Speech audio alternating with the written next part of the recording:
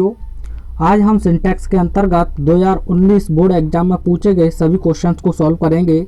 इससे पहले हम 2020 के सभी प्रश्नों को आपको डिटेल में बता चुके हैं। आप उन्हें देखना चाहते हो, इसके वीडियो के डिस्क्रिप्शन बॉक्स में वह वीडियो का लिंक मिल जाएगा। तो चलिए बिना समय को वेस्ट किए हुए पहले क्वेश्चन को देखते हैं। These news have disturbed the peace of mind, यानी इन खबरों ने मस्तिष्क की शांति को डिस्टर्ब बाधित कर दिया है। हिंदी में तो सही है, कोई दिक्कत नहीं है, हाँ या ना। लेकिन फ्रेंड्स न्यूज आपका सिंगुलर नाउन होता है। क्या होता है? सिंगुलर नाउन, हाँ या ना। तो इसके साथ सिंगुलर ही डिस्ट्रीन्यूमेटिव एडजेक्टिव चाहिए, तो क्या लगेगा? दिस। तो क्या होगा? This news. क्या हो जाएगा? This news. अब या आपका सब्जेक्ट सिंगुलर है तो वर्ब भी सिंगुलर होनी चाहिए, तो क्या होना चाहिए? हैज। तो दीज न्यूज हैव की जगह पर आपका हो जाएगा दिस न्यूज हैज। कलर अगर नहीं दिख रहा हो तो थोड़ा सा अलग से ले लेते हैं, हाँ ये क्लियर दिखेगा। ठीक है फ्रेंड्स, पहला क्वेश्चन समझ में आ गया होगा। अगला क्वेश्चन है it is I who is your best friend. तो फ्रेंड्स इट इज आई तो सही लिखा है। जब भी आपको ध्यान रखना है कि इज, एम, आर, वॉज, वर जो आपके लिंकिंग वर्ब होते हैं, क्या होते हैं? Linking verb. इनके बाद हमेशा कॉम्प्लीमेंट लिखा जाता है। क्या लिखा जाता है? कॉम्प्लीमेंट। बोलो हाँ या ना। कॉम्प्लीमेंट 3 लोग बनते हैं, आपका नाउन बन जाएगा, आपका प्रोनाउन बन जाएगा और आपका एडजेक्टिव बन जाएगा। क्या बन जाएगा? एडजेक्टिव। लेकिन प्रोनाउन जब बनेगा वह सब्जेक्टिव केस में बनेगा। किस में बनेगा? सब्जेक्टिव केस में। तो आपका यह तो सही लिखा है। इट इज मी होता तो आप आई लिख देते, इट इज हिम होता तो आप ही लिख देते, इट इज हर होता तो आप सी लिख देते, इट इज देम होता तो आप दे लिख देते, इट इज अस होता तो वी लिख देते। आई होप समझ में आया होगा। और यह रिलेटिव प्रोनाउन है और इसका यह इंसिडेंट सब्जेक्ट है। क्या है? Incident subject. बोलो हाँ या ना। तो आपको यह इंसिडेंट सब्जेक्ट है, इसी के अकॉर्डिंग यहाँ वर्ब भी लगाना है। किसके अकॉर्डिंग? जो आपका इंसिडेंट सब्जेक्ट है, रिलेटिव प्रोनाउन हु से पहले, उसके अकॉर्डिंग ही आपको वर्ब लगाना है। तो बोलिए आई के साथ तो प्रेजेंट में हम एम का यूज करते हैं, पास्ट में वॉज का यूज करते हैं, अन्यथा आई अपने साथ सभी जगह प्लूरल वर्ब लेता है। बोलिए हाँ या ना। तो बोलो एज आएगा कि एम आएगा? क्या आना चाहिए ब्रो? आई के साथ एम। तो क्या हो जाएगा?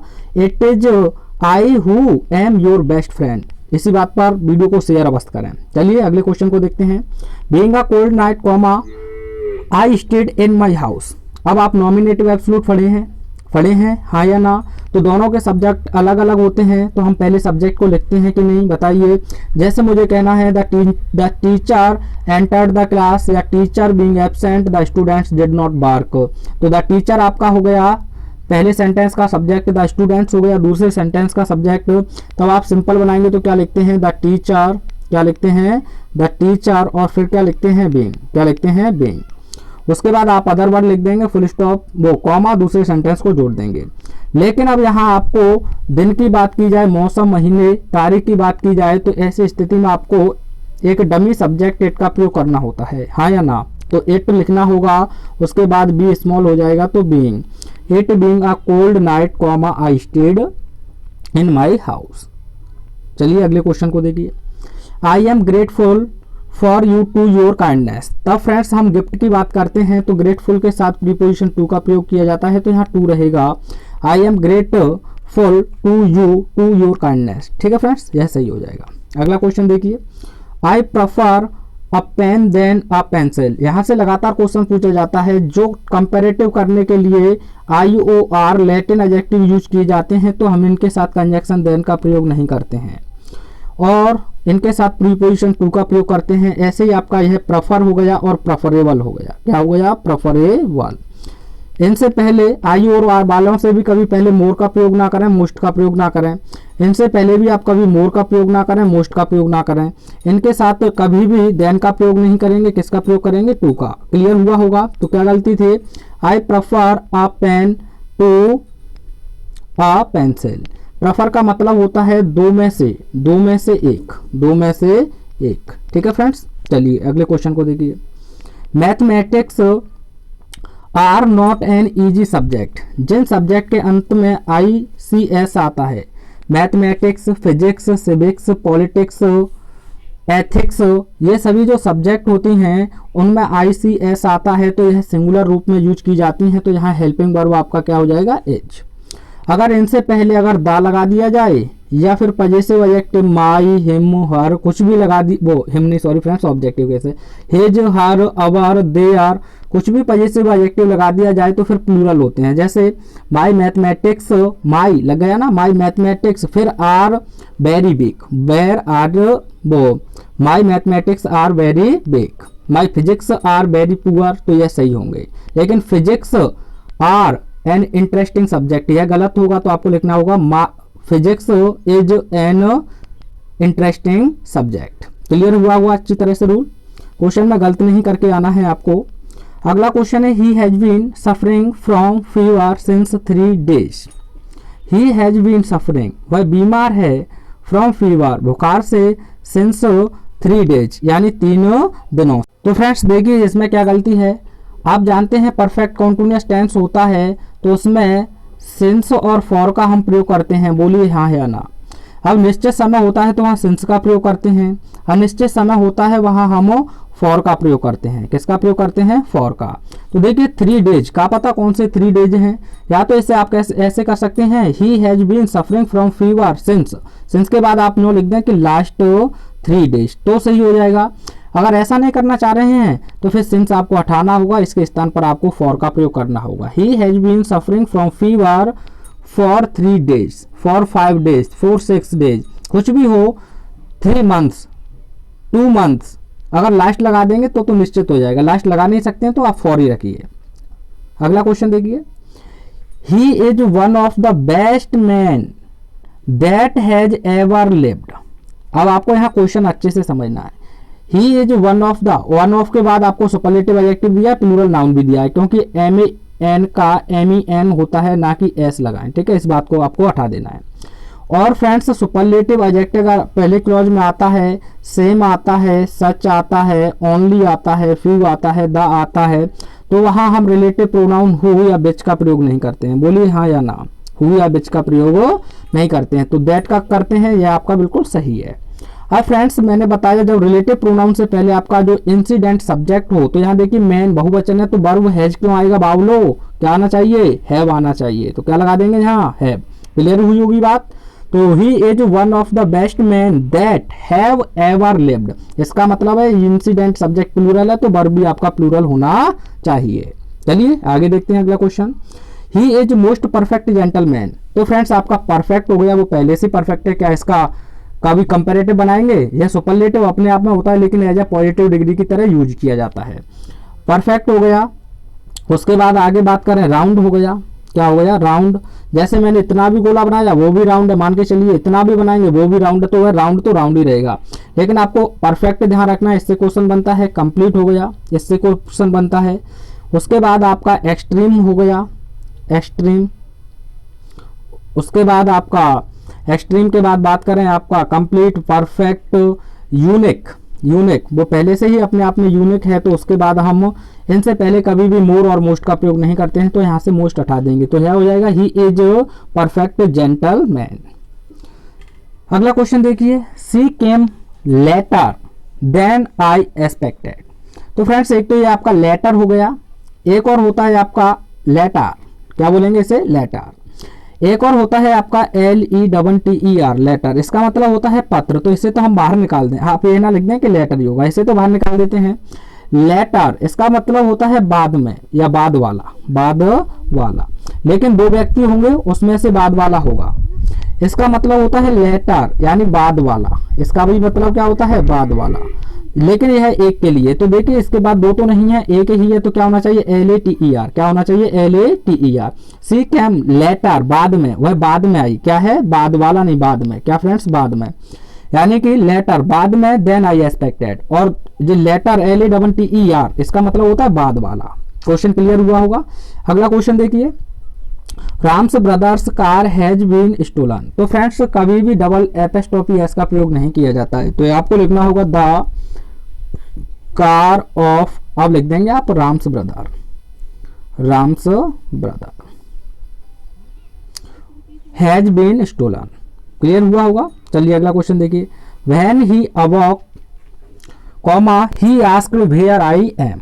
तो व्हेन जब ही अवॉक वह जागा, ही आस्क्ड उसने पूछा, वेयर आई एम मैं कहाँ हूँ।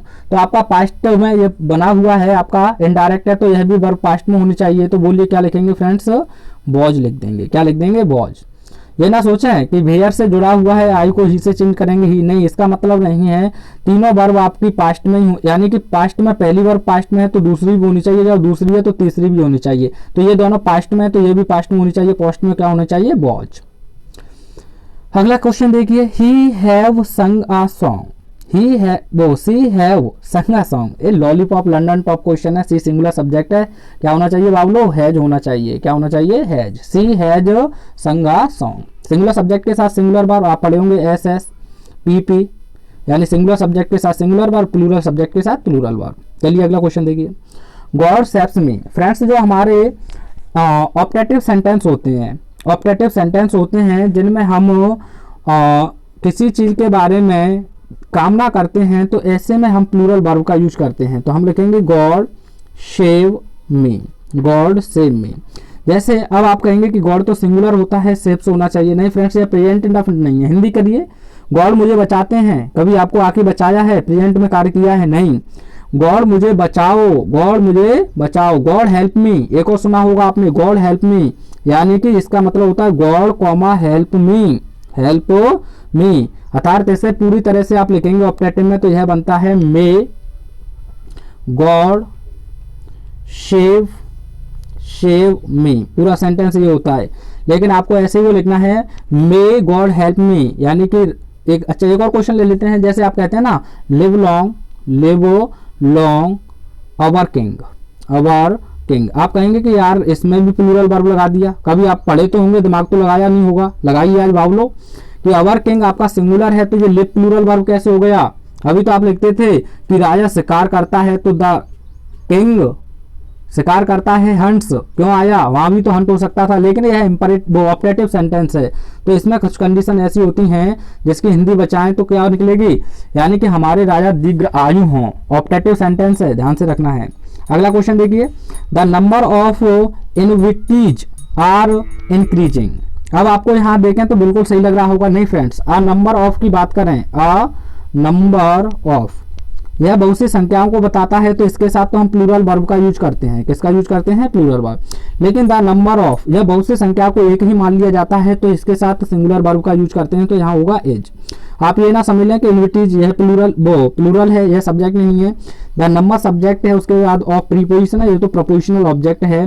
तो यहाँ the number of invitees is increasing. ठीक है, अगला क्वेश्चन देखिए, many a boy were playing in the field. तो फ्रेंड्स आपको क्वेश्चन समझना है, एक वर्ड होता है आपका मैनी, अगर मैनी आएगा तो इसके साथ प्लूरल नाउन आना चाहिए और प्लूरल ही वर्ब आनी चाहिए, प्लूरल ही वर्ब। जैसे many boys are playing, many boys are playing, बहुत अच्छा है।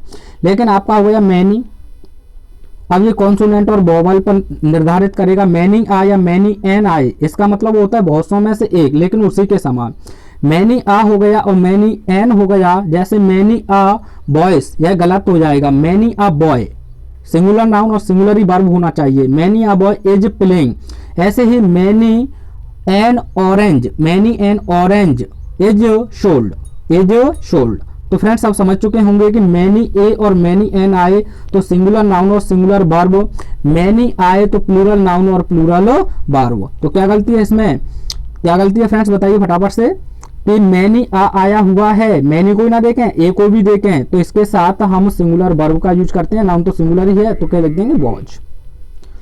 अगला है if I was you I would have do that. तो मैंने आपको बताया था पिछले वीडियो में, इफ हो गया, एज इफ हो गया, एज दो हो गया, एज दो हो गया। जो इमेजिनरी सेंटेंस होते हैं, आई विश हो गया, आई विश हो गया, तो इनके साथ हम सिंगुलर सब्जेक्ट हो या प्लूरल सब्जेक्ट हो, जब कल्पना कर रहे हो तो वर का यूज किया जाता है। तो इफ आई वर यू, यदि मैं तुम होता, I would never do that, तो मैं उसे कभी नहीं करता। तो क्या लिख देंगे फ्रेंड्स इसमें, वॉज की जगह पर वर। कॉन्सेप्ट क्लियर हो रहे हैं तो एक बार वीडियो को लाइक अवश्य करें। चलिए अगला question, the area of Delhi is larger than Agra. अच्छा कह रहा क्या है, समझो दिल्ली का जो क्षेत्र है, एरिया है, वह आगरा से बड़ा है। कितना आगरा से बड़ा होगा भाई, तो आपको क्या करना है कि हम नाउन का रिपीटेशन रोकने के लिए यहाँ हम दोनों चीज़ों में समान ही तुलना की जाती है। तो अब या तो आप देन के बाद द एरिया लिख दें, लेकिन ऐसा आप लिख नहीं सकते हैं क्योंकि हम प्रोनाउन का यूज कब करते हैं, प्रोनाउन का यूज जब करते हैं नाउन का रिपीटेशन से बचने के लिए, to avoid repetition of pronoun. तो आपको यहाँ सिंगुलर सब्जेक्ट दिया है तो आप देन के बाद दैट ऑफ लिख दें। क्या लिख दें? That of. अगर आपको यहाँ प्लूरल सब्जेक्ट दिया है तो आप डोज ऑफ लिख दें देन के बाद। क्या लिख दें? Dose of. तो यह हो जाएगा the area of Delhi is bigger than that of Agra. जैसे आपको कहना है the climate of Hyderabad is the climate of Hyderabad is hotter then Assam, hotter then Assam. तो यह गलत हो जाएगा, आपको लिखना होगा the climate of Hyderabad is cooler than that of Assam. ऐसे अगर आपको प्लूरल लिखना है तो प्लूरल भी आप ऐसे ही समझ सकते हैं। अगला है मिस्टर पी के रॉय इज अ एमपी। तो मैंने आपको बताया था इंग्लिश लैंग्वेज में 44 साउंड्स थे, जिसमें से 20 इंग्लिश में वोवेल थे और 24 आपके कॉन्सोनेंट थे। और जो हमारे हिंदी में वोवेल साउंड आता है उनके साथ हम एन का प्रयोग करते हैं, और जो कॉन्सोनेंट साउंड आता है उनके साथ ए करते हैं। तो हिंदी में देखिए क्या लिखेंगे इसे एम। तो क्या आ रहा है हिंदी में? Consonant sound. तो बोलिए किसका प्रयोग करेंगे आप? आर्टिकल एन का। तो ये हो जाएगा मिस्टर पी के रॉय इज एन एमपी। ऐसे एल एल एम, तो एल लिखेंगे तो किस प्रकार से बनना है? आपका ए बनना है। अगर आपको कह दिया जाए वन तो आप इंग्लिश के हिसाब से तो एन लगा देंगे, लेकिन हिंदी में क्या बनेगा? वाह। तो क्या आना चाहिए? ए आना चाहिए। क्लियर हुआ होगा? ठीक। अगला देखिए why are you afraid from him. Afraid के साथ तो फिक्स प्रोपोजिशन है, ऑफ का प्रयोग करते हैं, झंझट ही खत्म। चलिए there are fine furniture in the house. Furniture हो गया, एडवाइस हो गया, ये सिंगुलर नाउन की तरह यूज किए जाते हैं, ना तो इनमें कभी भी एस लगाया जाता है। फर्नीचर नहीं लिखेंगे, कभी भी आप फर्नीचर्स नहीं लिखेंगे, कभी आप एडवाइसेज नहीं लिखेंगे, कभी बैगेज नहीं लिखेंगे। तो हमेशा ये सिंगुलर में रहते हैं, तो वर्ब भी क्या होना चाहिए? सिंगुलर होना चाहिए। क्लियर हुआ होगा? अगला क्वेश्चन देखिए he you and I are friends. And से जुड़े हैं तो वर्ब तो सही है, लेकिन आपका फर्स्ट पर्सन सिंगुलर आई हो, सेकंड पर्सन हो यू, और थर्ड पर्सन ही हो, सी हो, इट हो, कोई भी हो, तो हम सेकंड मानते हैं तो इसे 2 के क्रम में लिखते हैं, इसे 3 के क्रम में लिखते हैं, इसे 1 के। लेकिन अब इसे सबसे पहले अगर उसमें यू दिया है तो सबसे पहले 2 लिखेंगे, उसके बाद अगर हमें थर्ड में से कोई दिया है तो 3 लिखेंगे, अगर फर्स्ट में से आई दिया है तो हम 1 लिखेंगे। तो 2 से 31 का नियम बन जाता है, यही 123 का भी बन जाता है। मैं अब आपको परेशान नहीं करूंगा, तो 2 से 31 का ही आपसे पूछा जाता है। 2 से 31 में सबसे पहले देखिए यू, तो सबसे पहले आपका हो जाएगा यू, उसके बाद आपको कॉमा दे देना है, फिर लिख देंगे ही, फिर लिख देंगे एंड आई। समझ गए होंगे? और अगर आपसे यहाँ पजेसिव एडजेक्टिव माय फ्रेंड्स लिख देता तो गलत होता। अगर फर्स्ट पर्सन आई आया हो, उसके बाद कितने भी प्रोनाउन हो, हमेशा आई माई की जगह पर आपको अवर का यूज करना है। अगर आई ना हो, यू दिया हो, तो फिर आपको योर का यूज करना है। ठीक है? अगर थर्ड पर्सन सिंगुलर हो तो देयर का प्रयोग करना है। चलिए अगला क्वेश्चन देखिए, यह सही हो जाएगा आपका you comma he and I. ठीक है फ्रेंड्स? अगला क्वेश्चन देखिए, sitting on the gate scorpion stung him. यानी कि एक बिच्छू जो गेट पर बैठा हुआ था उसने उसे क्या कर दिया? घायल। तो इसका मतलब है ये जो आपका ये फ्रेज में लिखा जाएगा, किस में लिखा जाएगा? फ्रेज में। तो आप कैसे लिख सकते हैं? वैसे सिंपल की तरह तो यह सही है, कोई दिक्कत नहीं है। तो आपको यह सही करना होगा। चलिए मैं पूरा लिख देता हूँ। तो पहले आपको लिखना होगा अ स्कॉर्पियन कॉमा स्कॉर्पियन कॉमा, अब पूरा सेंटेंस लिख दें जो आगे का फ्रेज दिया हुआ है। फ्रेज क्या दिया हुआ है? सिटिंग। क्या दिया हुआ है? सिटिंग, कॉमा लगाने के बाद सिटिंग, देखिए sitting, sitting on the gate, sitting on the gate, on the gate. अब उसके बाद आप लिख दें क्या बचा हुआ है आपका? स्टंग, यानी कि अचेत कर दिया, हिम माने उसे। यह सही हो जाएगा। ऐसे क्वेश्चन पूछता नहीं है वैसे ज़्यादा। ठीक है? अगला क्वेश्चन देखिए, हिज पेरेंट्स डिप्रीव्ड। डिप्रीव्ड होता है वंचित कर देना, आप जानते हैं। हिम, उसे विद नहीं होता है बल्कि ऑफ लगता है डिप्रीव्ड के साथ, यानी कि उसके माता पिता ने उससे उसकी सभी जो भी चीज़ें थी उसके पास था उससे वंचित कर दिया। तो ऑफ हटा देंगे, डिप्रीव्ड लिख देंगे। तो वीडियो कैसा लगा कमेंट के माध्यम से अवश्य बताएं। Thanks for watching.